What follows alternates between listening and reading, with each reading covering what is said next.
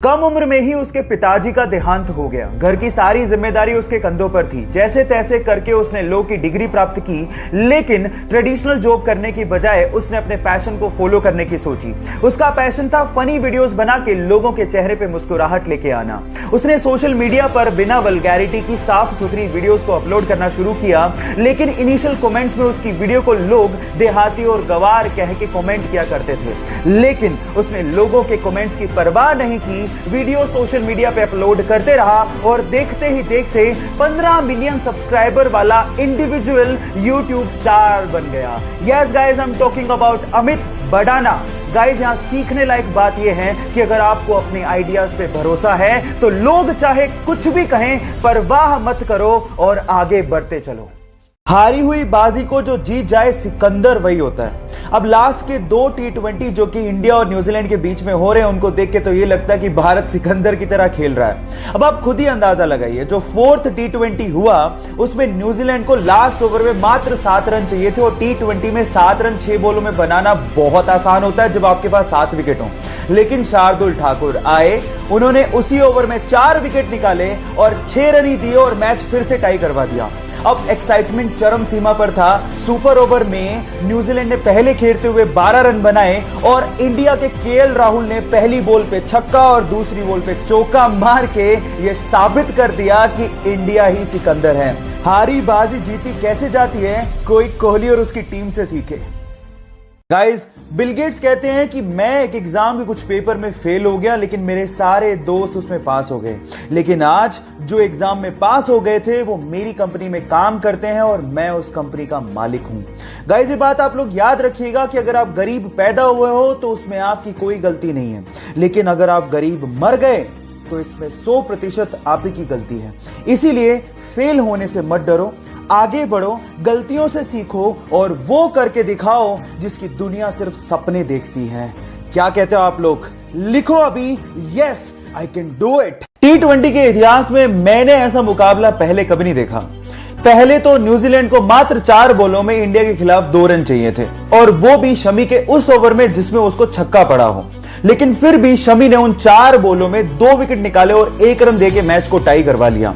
अब बात जब सुपर ओवर तक पहुंची तो हालात ये थे कि इंडिया को 2 बॉलों में टोटल 10 रन की रिक्वायरमेंट थी जीतने के लिए। सबको लगा मैच हाथ से निकल गया, लेकिन स्ट्राइक पर थे रोहित शर्मा और लास्ट के 2 बॉलों पर 2 छक्के जड़ के जबड़े से जीत को निकाल के लेके आ गया। अब यहां पर सीखने लायक बात यह है गाइस, जो लास्ट तक हार नहीं मानते, जीत उन्हीं को स्वाद में चखने को मिलती है। 2017 के वर्ल्ड बैडमिंटन चैंपियनशिप फाइनल में जापान और भारत की महिला खिलाड़ी आमने सामने थी, जहां पर भारत की ओर से फाइनल खेल रही उस लड़की का सपना था कि देश को चैंपियनशिप जितवाए, लेकिन जापान की ओकुहारा ने उसे 3 सेटों में हराकर उसके सपने को चूर चूर कर दिया।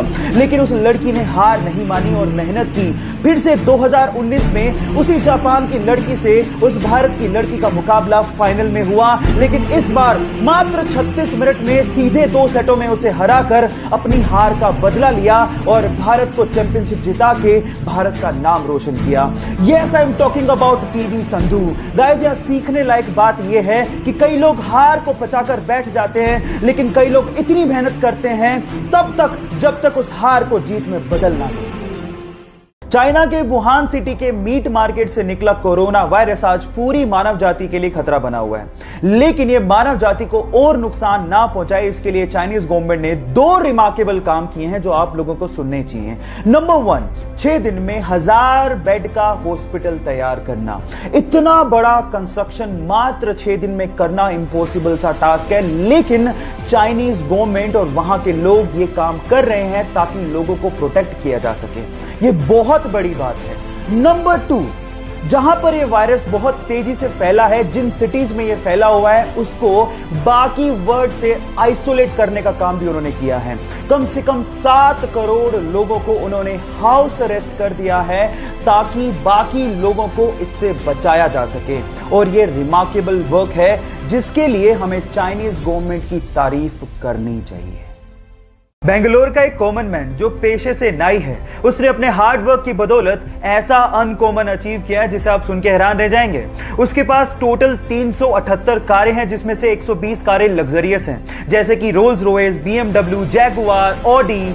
ये उसकी कारों के जखीरे में शामिल हैं। अब आप लोग सोच रहे होंगे कि ये सब उसे विरासत में मिला होगा। नहीं, 14 साल की उम्र में वो अखबार और दूध बेचने में मजबूर था।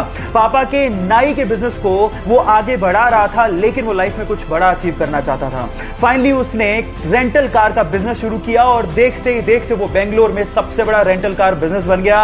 Yes guys, I am talking about Ramesh Babu. यहां सीखने लायक बात यह है कि अगर आप हार्ड वर्क और अपने आप पे बिलीव रखते हो तो लाइफ में कुछ भी अचीव कर सकते हो।